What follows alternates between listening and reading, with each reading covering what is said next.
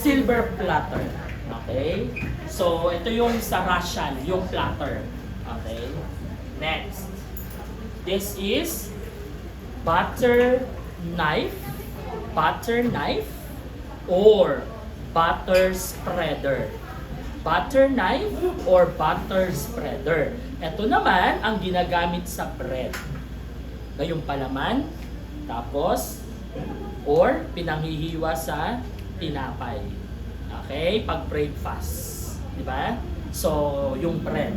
Okay? Butter knife or butter spreader. Next, we have, ano to? No, dinner knife. Dinner knife, salad knife. Salad knife, dinner knife. Ang dinner knife, mahaba. Ang salad knife, hindi. Medyo hindi siya kapantay ng dinner. Okay? And we have fish knife. Okay? Ulitin ko, dinner knife, salad knife, fish knife. Okay? Yes, po. Anong difference